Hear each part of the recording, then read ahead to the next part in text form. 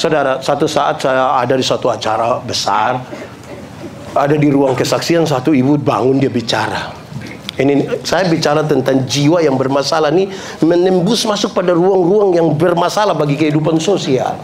Saudara, ini ibu bilang begini, satu saat antara dia tidur atau tidak tidur, Tuhan Yesus bawa dia, ada malaikat bawa dia ke surga. Jadi dia jalan-jalan, malaikat bawa dia jalan-jalan. Dia lihat ada satu ruangan, aduh, surga ini mewah sekali, bagus sekali. Oh iya.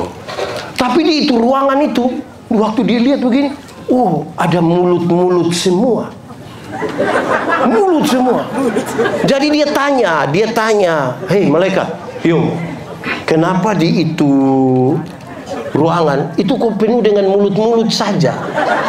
Terus bilang, malaikat jawab, dia bilang begini, oh itu mulutnya pendeta-pendeta itu. Kok kenapa mulut pendeta? Pendeta-pendeta itu khotbahnya bagus sekali, jadi dia masuk surga, dia mulut masuk surga, kaki tangan semua di neraka. Wih, saya tersinggung betul itu.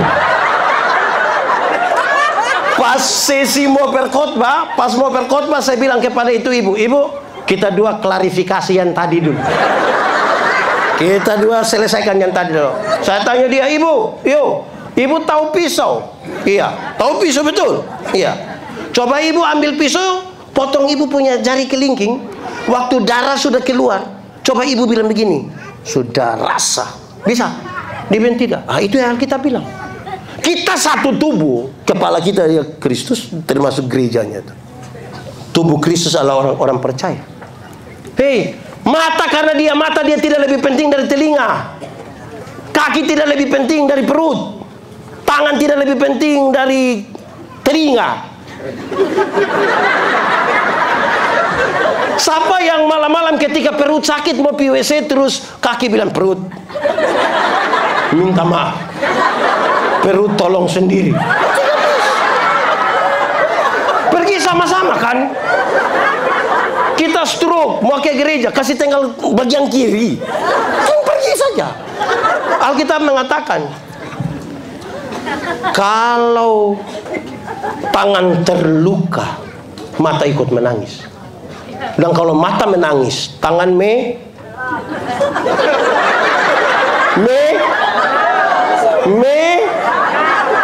melap ya. Yang sudah, yang penting saudara mengertilah.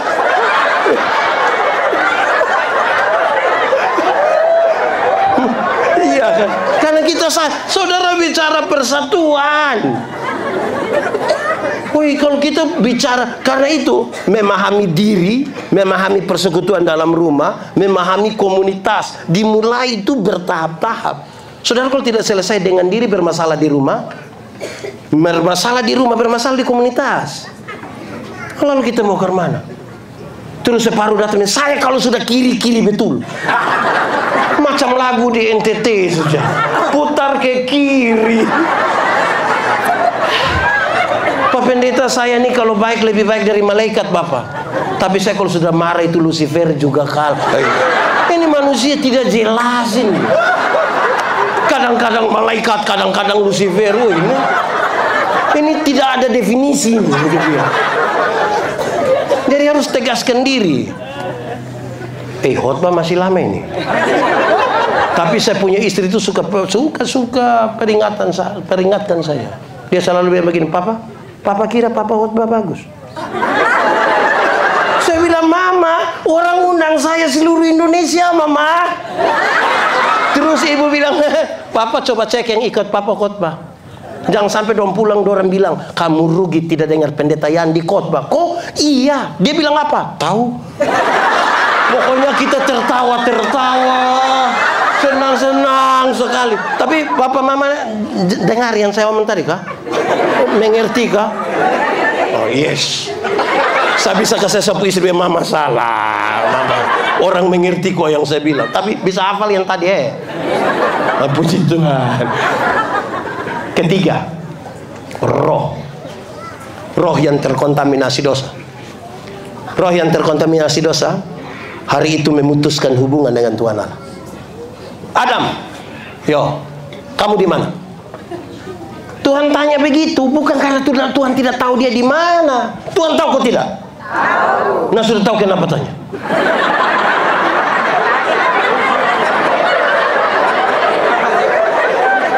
Tuhan tahu kan tidak? Lalu sudah tahu kenapa tanya? Tuhan pancing. Macam nelayan saja. Hei, Adam, kamu di mana? Untung Adam tidak bilang kamu nanya.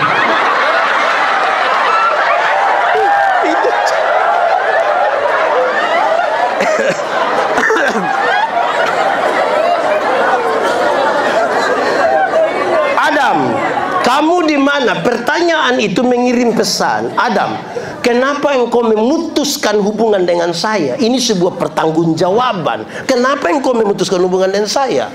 Ada masalah apa? Tuhan, kami di sini, Tuhan. Kamu buat apa di situ?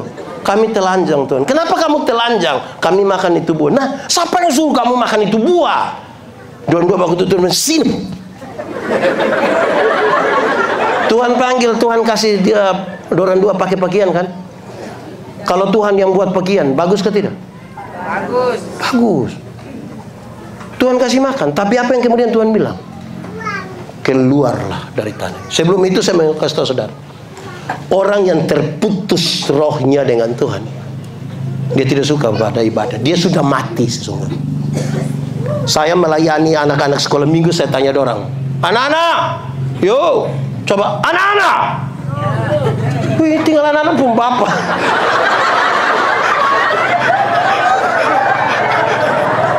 Anak-anak. Saya tanya dorang, apa beda orang hidup dan orang mati? Dorang jawab banyak. Dorang jawab banyak. Tapi tiga itu membekas sekali. Ketika saya tanya, apa beda orang hidup dan orang mati? Dorang bilang begini. Satu, orang hidup itu bisa ke gereja Bapak. Tapi orang mati tidak ke gereja. Betul? Betul. Tidak ada orang yang sudah mati pas hari Minggu terus dia bilang, tolong bawa saya dulu. Kan? Tidak ada. Orang hidup bisa ke gereja, orang mati. Terus saya kaget, saya bilang, anak-anak, yuk, kamu omong yang benar. Iya Bapak, kenapa? Oh, jadi yang hidup yang ke gereja, yang mati tidak? Iya. Oh, kalau begitu saya mau tanya.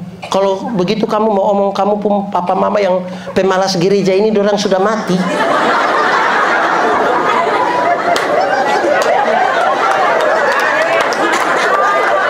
Karena yang hidup yang bisa ke gereja. Kami pendeta-pendeta Gemit mungkin kita sama ya, tapi saya kan belum konfirmasi. Tapi pendeta Gemit itu di liturgi pemakaman itu jenazah kalau sudah ada di lubang itu, pendeta Gemit selalu mengucapkan, nah, kita akan memakamkan jenazah ini sambil percaya pada kata-kata Tuhan Yesus. Tuhan Yesus berkata, akulah kebangkitan dan hidup. Barang siapa percaya kepadaku, dia akan hidup sekalipun dia sudah. Siapa percaya Tuhan, siapa tinggal di dalam Tuhan akan hidup sekalipun dia sudah. Siapa yang di luar Tuhan, yang tidak percaya Tuhan, sekalipun dia ada hidup-hidup, sesungguhnya dia sudah mati. Oh, orang di Halmahera Barat ini hidup-hidup semua. Hidup-hidup semua kah? Oh, berarti gereja penuh sesaktir saya. Kedua, Pak Pendeta, orang hidup itu bisa makan Bapak, tapi orang mati tidak bisa makan. Betul? Memang betul. Tidak ada orang yang sudah mati 3 hari kita belum kubur, terus dia bangun dia bilang, hai, bubur juga baik. Tidak. Tapi saudara tahu, ada banyak orang hidup dia tidak urus. Papa mama hidup dia tidak pernah kirim beras. Pas mati baru dia bawa babi besar. Itu juga utang. Di sini ada yang begitu. Itu yang marga apa orang itu? Aneh-aneh kita begitu. Orang tua masih hidup itu beli kasih dia jas sudah, supaya dia pakai jas. Ini orang tua hidup dia jalan hanya pakai yuken. Pas mati kita kasih pakai jas. Dia masih hidup, beli memang kasih dia sepatu. Ini hidup dia jalan kaki kosong, kaki dong lebar-lebar begini. Pas mati kita beli sepatu ini. Akhirnya sepatu mana mau masuk di kaki yang begini? Kita hanya taruh saja di samping begini. Dulu sepatu masih posisi begini kita tidak beli. Sekarang sepatu posisi begini. Mau naik begini. Sebegitu lagi ada harga lagi di sini.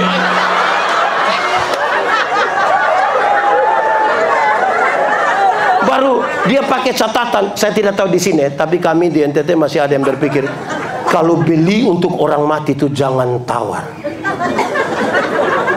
Di sini juga.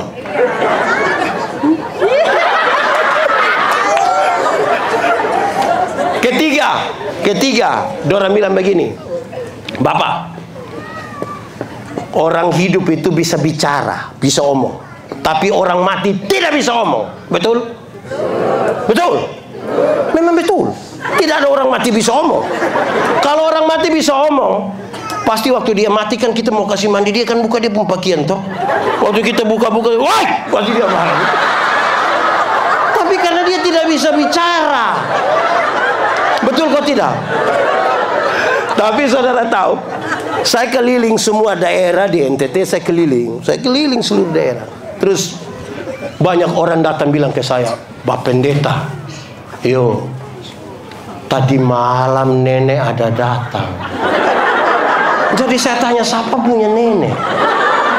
Kita punya nenek, Bapak. Nenek tinggal di mana? Itu hari dia di sini, Bapak. Sekarang dia sudah mati. Orang mati bisa bicara kok tidak? Bisa kok tidak? Nah yang tadi malam datang itu siapa pun nenek?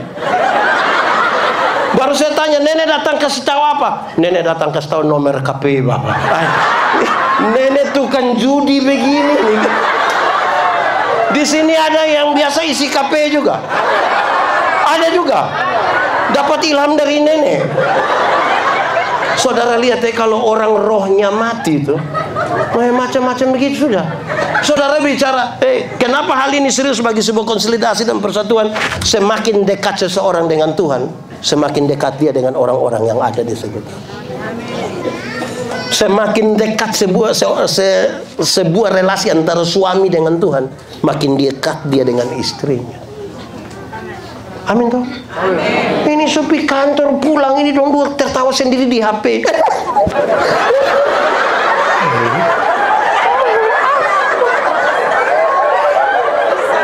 Di sini ada. Itu keluarga tidak pernah bicara, tapi kalau pergi ke pesta itu pakai baju seragam. Baru sengaja pencitraan itu dia. Oke, saudara lihat. Tubuh yang hidup, jiwa yang hidup, roh yang hidup. Sudah rusak ya? Sekarang mau menebusnya pakai apa? Dibutuhkan seorang manusia yang punya tubuh, jiwa, roh, tapi tidak boleh terkontaminasi dosa. Adakah manusia begitu? Tubuh, jiwa, roh yang sudah rusak karena dosa tidak bisa ditebus dengan ayam. Karena ayam hanya punya satu kehidupan. Dibutuhkan manusia yang punya. Itu yang membuat Tuhan Yesus Allah turun di dalam Yesus Kristus. Punya tubuh, punya jiwa, punya roh. Berdosa atau tidak? Karena dia tidak berdosa, maka kejahatan dosa kita ditimpakan kepadanya. Bahkan sampai dia mati. Waktu dia mati, kebangkitan itu menggerakkan itu.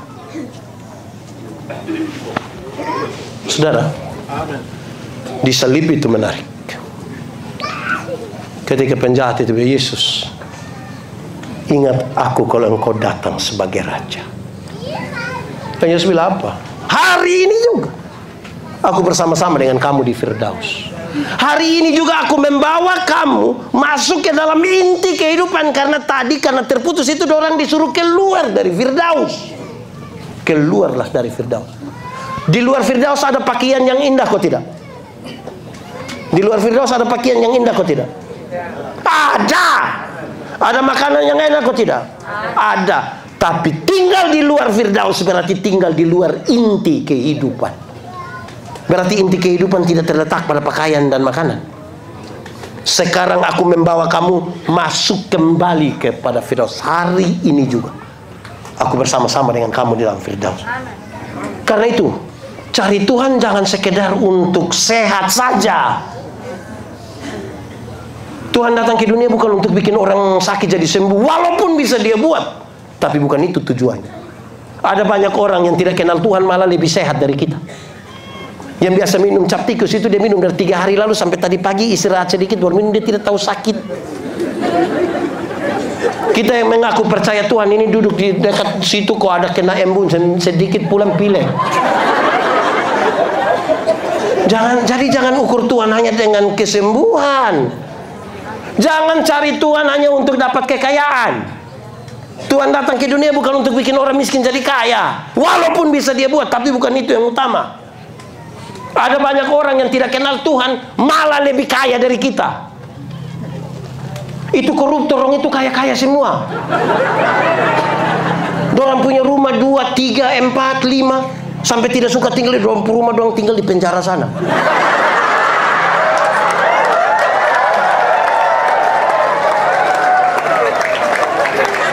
Kita yang mengaku kenal Tuhan ini yang sedikit-sedikit garam habis, sedikit-sedikit pulsa habis.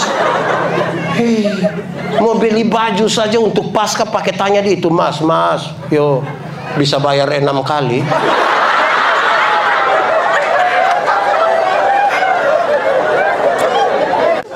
Tuhan datang ke dunia untuk apa? Ini pernyataan serius ini. Tuhan kasih tahu, kalimat Yesus ini menjadi penting. Carilah dahulu kerajaan Allah dan kebenarannya, selamat dulu, baru yang lain itu di kekayaan, kehormatan di, jabatan di, umur panjang di, istri di.